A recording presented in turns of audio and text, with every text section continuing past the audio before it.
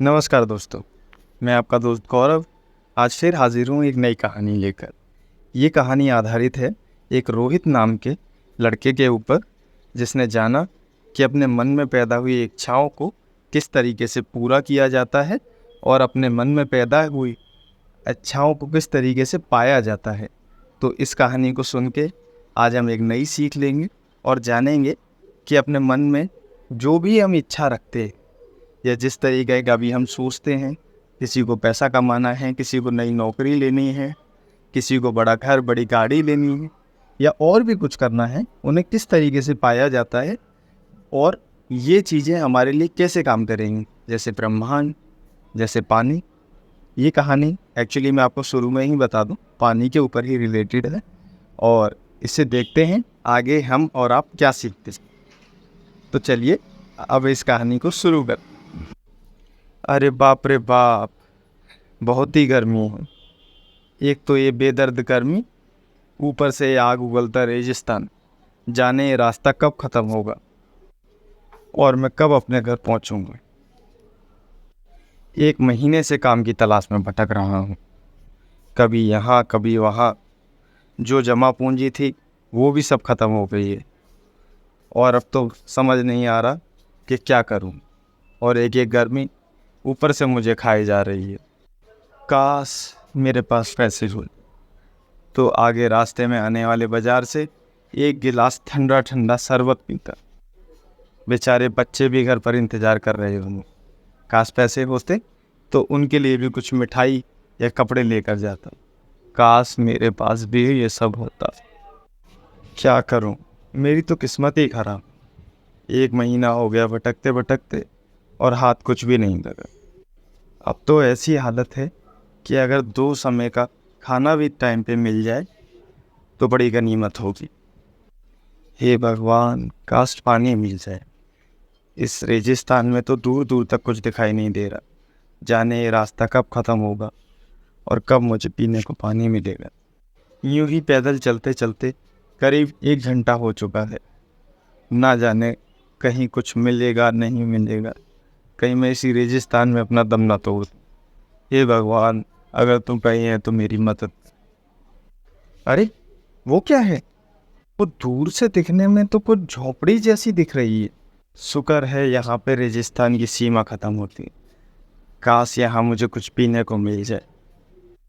ज़रूर ये झोपड़ी किसी व्यापारी की होगी जो रेगिस्तान से आते मुसाफिरों की जो रेगिस्तान से आते मुसाफिरों की जेब लूटने के लिए बनाई गई हो। अगर ये किसी व्यापारी की भी हुई तो पक्का मैं उसका पानी पी जाऊँगा। उसके घड़ों में जितना पानी भरा होगा, जितना पानी मैं पी सकता हूँ उतना पानी पी जाऊँगा। और अगर वो पैसे मांगेगा तो मैं उससे काम मांग लूँगा। ये सही रहेगा। इस तरह से मुझे काम भी मिल जाएगा और पीने को पानी भी। ये अच्छा होगा। अब दौड़ के चलते हैं और देखते झोपड़ी में कौन है। जैसे जैसे झोपड़ी नज़दीक आती जा रही थी, रोहित की उत्सुकता और भी बढ़ती जा रही थी। जब झोपड़ी कुछ करीब आ गई तो रोहित ने तुरंत वहां से दौड़ लगा दी और भागते हुए झोपड़ी के गेट पर पहुंचा। पर ये क्या, यहाँ पर तो कोई व्यापारी दिखाई नहीं देता। यहाँ तो एक साधु बैठे तपस्या कर रहे हैं। अरे भगवान, मुझे फिर से काम नहीं मिलेगा क्या? जरूर इनके पास पीने का पानी तो होगा ही, और साधु हैं तो पैसे भी नहीं मांगे। चलो, मेरे पानी की तो व्यवस्था हो ही गई। खैर, अब काम जब मिलेगा तब मिलेगा। पहले साधु महात्मा से पूछते हैं कि इन्होंने पीने का पानी कहाँ रखा है और फटाफट से अपनी प्यास बुझाते हैं। इतनी गर्मी में ऐसे रेगिस्तान में पैदल चल कर आया हूँ, पूरा गला सूखा हुआ है। अगर मुझे पूरा मटका पानी मिला तो मैं पूरा मटका ही पी जाऊँ। रोहित ने साधु को प्रणाम किया और कहा, महात्मा, मैं बहुत प्यासा हूँ। अगर पीने का पानी मिल जाता तो आपकी बहुत कृपा होती। मैं कई दिनों पहले अपने घर से निकला था काम की तलाश में। जगह जगह भटका, सब मार्केट, हर बाजार, हर गांव घूमा, पर मुझे कहीं किसी प्रकार का काम नहीं मिला। और वहाँ से लौटकर जब अपने गांव जा रहा हूँ तो ये जो थोड़ा सा रेगिस्तान रास्ते में पड़ता है। इस रेगिस्तान में पड़ रही गर्मी और धूप ने तो जैसे मुझे सुखा ही डाला है। महात्मन, अगर आपके पास पीने का पानी हो तो कृपया मुझे दे दे। आपकी अति कृपा होगी, आपकी अति कृपा होगी, कृपा कर, हे महात्मन कृपा कर मुझे पीने का पानी दे दे। इतना सुनकर महात्मा मुस्कुराए और घड़े की तरफ इशारा करके बोले, जाओ उसमें ठंडा। इतना कह ही पाए थे कि रोहित भागता हुआ गया और उस घड़े को अपने हाथ में उठाकर ही पानी पीने लगा। कुछ पानी पिया, कुछ फैलाया, कुछ आधा गीला हुआ, कुछ पूरा गीला हुआ, और उसने कम से कम अपनी प्यास तो बुझा ही ली। महात्मा अपने स्थान पर बैठे बैठे ये सब कुछ देख रहे थे। उन्होंने कुछ कहा नहीं। करीबन आधे घड़े से ज़्यादा पानी फैलाकर और 5-7 गिलास पानी पीकर रोहित थोड़ा तृप्त हुआ, तो उसने मटके को उसकी जगह रखा और आके महात्मा के चरणों में बैठा। रोहित ने कहा, महात्मा आपकी बहुत कृपा हुई, वरना मुझे तो लग रहा था कि मेरे प्राण इस रेगिस्तान में ही निकल जाएंगे। महात्मा मुस्कुराते हुए कहे, बेटा बहुत परेशान दिखाई देते हो, घर परिवार में सब कुशल मंगल तो है? रोहित हताश और उदास मन से बोला, सबकी तबीयत तो ठीक है, सब हष्ट पुष्ट हैं, लेकिन इस शरीर को स्वस्थ रखने के लिए भोजन चाहिए महात्मा, जिसकी व्यवस्था मैं नहीं कर पा रहा। इतने दिनों से भटक रहा हूँ, कहीं मुझे कोई काम नहीं मिल पा रहा। अब तो समझ ही नहीं आ रहा कि क्या करूँ। कुछ इसी प्रकार रोहित ने अपनी पूरी दास्तान उन्हें सुनाई कि उनके परिवार में एक रोहित की बूढ़ी माँ, रोहित की पत्नी और 2 बच्चे हैं, जिनका भरण पोषण रोहित नहीं कर पा रहा है और बड़ा ही परेशान है कि आगे का जीवन कैसे कटेगा, क्योंकि जो भी जमा पूंजी अभी तक वो जोड़ पाए थे वो सब खत्म हो गई। और ऐसी गर्मी में खेत में भी कुछ नहीं उग रहा जिससे पैसे कमाए जा सके। अब आगे बेचारा रोहित क्या करे। रोहित ने उन्हें ये भी कहा कि मैं तो ये सोच के झोंपड़ी के पास दौड़ता हुआ आया था कि अगर यहाँ कोई व्यापारी हुआ तो उसके मैं घड़ों का पानी पी जाऊँगा, और जब वो पैसे मांगेगा तो मैं उसके पैर पकड़ के उससे काम मांग। इसी बहाने मुझे पीने को पानी भी मिल जाएगा और करने को काम। मुझे दोनों तो नहीं मिले, पर कम से कम पीने का पानी तो मिले। महात्मा केवल मुस्कुराते हुए उसकी सारी बातें सुन रहे थे। वो एक छोटे बच्चे की तरह रो रहा था और अपनी सारी गाथा उन्हें सुना रहा था। महात्मा ने पूछा, तुम भगवान को नहीं मानते बेटा? रोहित को हिचकिचाता सा बोला, मानता हूँ। महात्मा ने मुस्कुराते हुए कहा, बेटा तुमने जो भी पानी पिया है, क्या तुम इस पानी की ताकतों के बारे में जानते हो? हाँ महात्मा, मैं जानता हूँ। पानी पीने से हमारा शरीर अस्पुष्ट रहता है। हमारे शरीर में ऐसा कहा जाता है कि 70% तो पानी ही है, तो पानी की ताकत को तो मैं जानता हूँ। महात्मा फिर मुस्कुराए, बोले, मैं उस ताकत की बात नहीं कर रहा बेटा। क्या तुम इस ब्रह्मांड की शक्तियों के बारे में जानते हैं? रोहित थोड़ा सोच में अटपटाता सा बोला, ब्रह्मांड की शक्तियाँ? हाँ शायद मैं जानता। महात्मा बोले, तुम कुछ नहीं जानते। चलो मैं आज तुम्हें बताता हूँ कि पानी में कितनी ताकत होती। तुमने ये तो सुना ही होगा कि जैसा खाया अन्न वैसा हुआ मन, और जैसा पिया पानी वैसी हुई वाणी। हाँ बाबा, मैंने ये सुना है। वो उत्सुकता से बोला, सुना है तो चलो बेटा, आज मैं तुम्हें इस ब्रह्मांड की शक्तियों के बारे में बताता हूँ और इस पानी की ताकत के बारे में। जो तुम चाहोगे वो तुम पाओ। ये कैसे होगा, मैं तुम्हें रहस्य बताता हूँ जो बहुत खास लोग जानते हैं। अब जब तुम यहाँ से जाओ तो अपने गांव के मंदिर में भगवान के आगे मत्था टेकना, और जो कुछ है तुम्हारे पास उसके लिए उनका धन्यवाद करना। उसके बाद ही घर जाना। रोहित को सोचते हुए अपने मन ही मन में सोचने लगा कि भगवान के आगे मत्था टेक के घर जाना, इससे कौन सा भला हो जाएगा। अभी तक तो मैं यही कर रहा था। बाबा ने कहा, ज़्यादा सोचो मत, जो मैं कहता हूँ वो सुनो और करो। अभी तक तुमने अपने मन की है, आज से तुम मेरे मन की करो और देखो क्या होता है।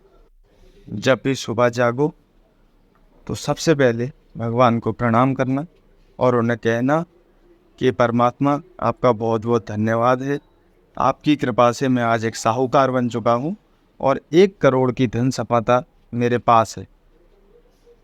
और यही जब दिन के पहला गिलास पानी का पीऊँ तो उस पानी को बताना कि मैंने 1 करोड़ की धन संपदा पा चुका हूँ और मैं साहूकार बन चुका हूँ। ऐसा कहकर ही उस पानी को पीना और ये भी कहना कि मैं भगवान के शरणागत हूँ और सदैव उनके चरणों की सेवा में रहना चाहता हूँ और ऐसी कृपा मुझ पर सदैव बनी रहे। रोहित बोला, पर महात्मा मेरे तो नौकरी के ही नाले हैं, आप बोल रहे हो मैं साहूकार बन चुका हूँ, ये मैं कैसे कहूँगा पानी से, और क्या पानी सुनेगा? महात्मा बोले, तुमने ये नहीं सुना, चींटी के पग नेबर बाजे वो भी साहब सुनता है, तुम कहना वो जरूर सुनेगा। रोहित मनी मन सोचने लगा कि लगता है अकेले बैठे बैठे बाबा की बुद्धि सटिया गई है, जो उल्टे सीधे ज्ञान दे रहे हैं। अरे इतने ही करोड़पति बन पाते तो दुनिया में सब बन जाते। पर ठीक है, इतने विश्वास के साथ कह रहे हैं तो करने में क्या ही जाता है। पानी से बोलना ही तो है, भगवान को धन्यवाद ही तो करना है। अभी तक तो शिकायत ही करते आए हैं, एक बार धन्यवाद करके देख लेते हैं क्या बदलता है। रोहित ने बाबा को प्रणाम किया और अपने गांव के लिए चल दिया। इस दिन के सीधा 1 महीने बाद रोहित दोबारा उन बाबा की कुटिया तक आया, उन्हें प्रणाम किया और उन्हें बताया कि 1 महीने बाद रोहित दोबारा बाबा की कुटिया पर आया। इस बार उसके पूरे शरीर पर कपड़े थे, सर पर पगड़ी, पाँव में जूते थे और बाबा भी उसे देखकर पहचान गए एक ही नजर में। रोहित ने फटाफट बाबा के चरण छूए, उन्हें प्रणाम किया और कहा, बाबा बाबा पहचाना, मैं रोहित, आज से 1 महीना पहले मिले थे। बाबा ने मुस्कुराते हुए मुंडी हाँ में हिलाई कि हाँ मैंने पहचान लिया। अरे बाबा कमाल हो गया, आपकी बताई तकनीक तो काम कर गई। मैंने डेली वही किया, रोज़ सुबह उठते ही सबसे पहले भगवान को धन्यवाद देता और कहता, भगवान आपका बहुत धन्यवाद है, आपने मुझे इतना कुछ दिया है जिसकी कोई सीमा नहीं। आज मैं एक साहूकार और 1 करोड़ का मालिक हूँ और ये धन संपदा सब कुछ आपके कारण ही हुई है। ये मैंने डेली पानी से भी कहा कि भगवान की कृपा से आज मेरे पास इतना कुछ है जिससे मैं संभाल भी नहीं सकता, उनकी इतनी कृपा मेरे ऊपर बरसी। पर बाबा मैं उतना तो नहीं कमा पाया और ना ही मैं साहूकार बना हूँ, पर हाँ मेरी नौकरी जरूर लग गई है। आपके बताए काम को मैंने किया, उसके अगले ही हफ्ते तो बाबा जैसे कमाल ही हो गया। मैं अपने गांव के साहूकार के पास न जाने कितने चक्कर लगा चुका था, लेकिन उसने कोई काम दिया ही नहीं। अचानक से उसका मुनीम काम छोड़कर चला गया था और उसे पता था कि उस गांव में मैं ही पढ़ा लिखा हूँ। तो वो मेरे पास आया और कहा, रोहित बेटा मैंने सुना है तुम्हें काम चाहिए। मैंने कहा, हाँ चाहिए क्या, मैं कितनी बार आपके पास आया, आपने तो मुझे भगा दिया। अरे अरे रोहित बेटा, समय समय की बात है, तब काम नहीं था, अब काम है, अब आ जाओ, अब काम कर लो। अरे बाबा अगले ही हफ्ते ये काम करते करते, जैसे मैंने पानी से कहा और भगवान को धन्यवाद किया, कमाल हो गया। जैसे मुझे इतनी अच्छी नौकरी मिली उस सेठ के यहाँ पर साहूकार की, और आज मैं साहूकार हूँ। आप देख रहे हैं मेरी पोशाक। ये सब कुछ उसी से हुआ जो आपने कमाल की बात मुझे बताई थी। वो फॉर्मूला तो काम कर गया बाबा। बाबा ने कहा, अब बेटा अपने काम को पूरी ईमानदारी और लगन के साथ करना, और जो कर रहे थे वो करते रहे। रोहित थोड़ा हटपटाते हुए बोला, बाबा 1 करोड़। बाबा बोले, वो बहुत छोटी रकम, भरोसा रखो, देने वाले के पास बहुत कुछ है, वो बहुत कुछ दे सकता है, भरोसा रख के काम करो, पर अपने काम को पूरी ईमानदारी, निष्ठा और मेहनत से करना। देने वाला वो सब कुछ देगा जो उसे देना है। रोहित ने बाबा को प्रणाम किया और अपने घर के लिए चला गया। अब रोहित रोज सुबह उठता, सबसे पहले भगवान को प्रणाम करता, जो है उसके पास या जो नहीं भी है उसके लिए भगवान को धन्यवाद देता और एक गिलास पानी पीता। पानी से भी वही चीज़ कहता कि भगवान की कृपा से यार मेरे पास ये चीज़ें हैं, ये चीज़ें मैं पाने वाला हूँ या मैं पा चुका हूँ, ये सब कहते कहते और वो फिर अपनी दिनचर्या शुरू कर, जैसे मंदिर जाना, पूजा करना, तैयार होकर अपने काम पर जाना, काम को पूरी लगन और निष्ठा से करना। ये सब चलता रहा। ये कई सालों तक चला, 2 साल, 5 साल, कई सालों तक ये काम चला और चलता गया चलता गया। एक दिन ऐसा हुआ कि साहूकार बीमार रहने लगे। वो ज़्यादा काम पर ध्यान नहीं दे पाते थे, सब कुछ रोहित ही संभालता था। कुछ दिनों में साहूकार जब ज़्यादा बूढ़े हो गए तो उन्हें लगा कि अब अपनी वसीयत का नामांकन कर देना चाहिए, किसे कितना क्या देना है।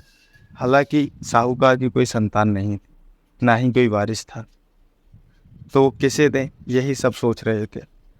इसी सब सोच में उन्होंने कुछ धन अनाथालयों को दिया, कुछ धन विद्यालयों को दिया, कुछ धन उन्होंने गरीबों में बांटा, कुछ धन से गरीब कन्याओं की शादी करवाई, कुछ धन से गरीब बच्चों को पढ़ाया। इस तरीके से उन्होंने कई धन जगह जगह कई चीज़ों में बांट दिए। रोहित को ये नहीं पता था कि साहूकार ने अपने धन का एक हिस्सा रोहित की ईमानदारी और निष्ठा को देखते हुए उसके नाम भी कर दिया था। जिस पूरी संपदा का जो मूल्य बनता था वो 1 करोड़ था। कुछ दिनों बाद उन साहूकार का देहांत हो गया। उनकी कोई संतान नहीं थी, तो रोहित ने ही उनका अंतिम संस्कार भी किया। और उसी समय उसे पता चला कि साहूकार एक अपनी भूमि का बड़ा हिस्सा रोहित के नाम कर गए। तो वो उसकी जांच पड़ताल करने गए कि ये हिस्सा कितने का है या इसकी कितनी कीमत बनती है, ज़रा पता तो किया जाए कि सेठ ने क्या मेरे नाम किया है। जब उसकी जांच करके रोहित को पता चला, वो हक्का बक्का रह गया। अरे ये तो वही 1 करोड़ रुपए हैं जिसके लिए मैं रोज धन्यवाद कर रहा था, 5 साल बाद सही, पर ये तो कमाल हो गया यार। अब उस गांव का सबसे अमीर आदमी रोहित था, एक सेठ, एक साहूकार। फिर सब ऐसा ही चलता रहा जैसे चल रहा था, पर अब साहूकार रोहित था और मुनीम कोई और गांव का लड़का। ऐसा चलता गया, कुछ साल बीते। रोहित ने अच्छा घर बना लिया, अब उसके बच्चे अच्छे स्कूल में पढ़ने लगे थे, बहुत अच्छा चल रहा था, सब खुशी थे, सब अच्छा चल रहा था। तभी एक दिन अपने काम पर बैठे बैठे उसे याद आया कि जब उसके पास ये सब नहीं था और वो इन गर्मी की तपिश और धूप में रेगिस्तान में पानी की एक बूंद के लिए भी तरस रहा था, तब उसे बाबा मिले जिन्होंने उनकी दुनिया बदली। क्यों ना उन बाबा से मिल के आया जाए। इस बार वो पूरे परिवार के साथ उस कुटिया तक गया। जब वहाँ पहुँचा, रोहित बहुत उत्सुक था, बहुत खुश था कि आज बाबा से मिलूंगा, बाबा को प्रणाम करके सारी बात बताऊंगा कि मेरे सारे सपने सच हो गए बाबा, आपने ऐसी कृपा करके मुझे ये बात बता दी। ये रहस्य मुझे कभी पता ना चलता तो शायद मैं यहाँ पहुँचता ही नहीं। ये कहते हुए और सोचते हुए वो दौड़ते दौड़ते जा रहा था। अचानक से उसने गेट खोला और देखा कि झोपड़ी में कोई नहीं था, झोपड़ी खाली थी। वहाँ एक नल लगा हुआ था जिस पर लिखा था, इस नल से पानी पीने से पहले भगवान को धन्यवाद दें और जो आप चाहते हैं उसका शुक्रिया अदा करके इस पानी को ये आपकी किस्मत बदल देगा। तो कुछ इस प्रकार थी प्यारे दोस्तों हमारे रोहित की कहानी। अगर आप भी इस पानी के फॉर्मूला को सीखना चाहते हैं या आजमाना चाहते हैं तो ज़रूर आजमा के देखें। पानी तो आप पिएंगे ही, जो भी आपकी इच्छा है उसके लिए परमात्मा का धन्यवाद करें, ब्रह्मांड का धन्यवाद करें और उस पानी को पी कर देखें और फिर देखिए दुनिया कैसे बदलती है। थैंक यू दोस्तों इतनी अच्छी कहानी सुनने के लिए। अगर आपको कहानी अच्छी लगती है या आगे आप किस टॉपिक पे कहानियाँ चाहते हैं तो मुझे ज़रूर बताएं। Thank you.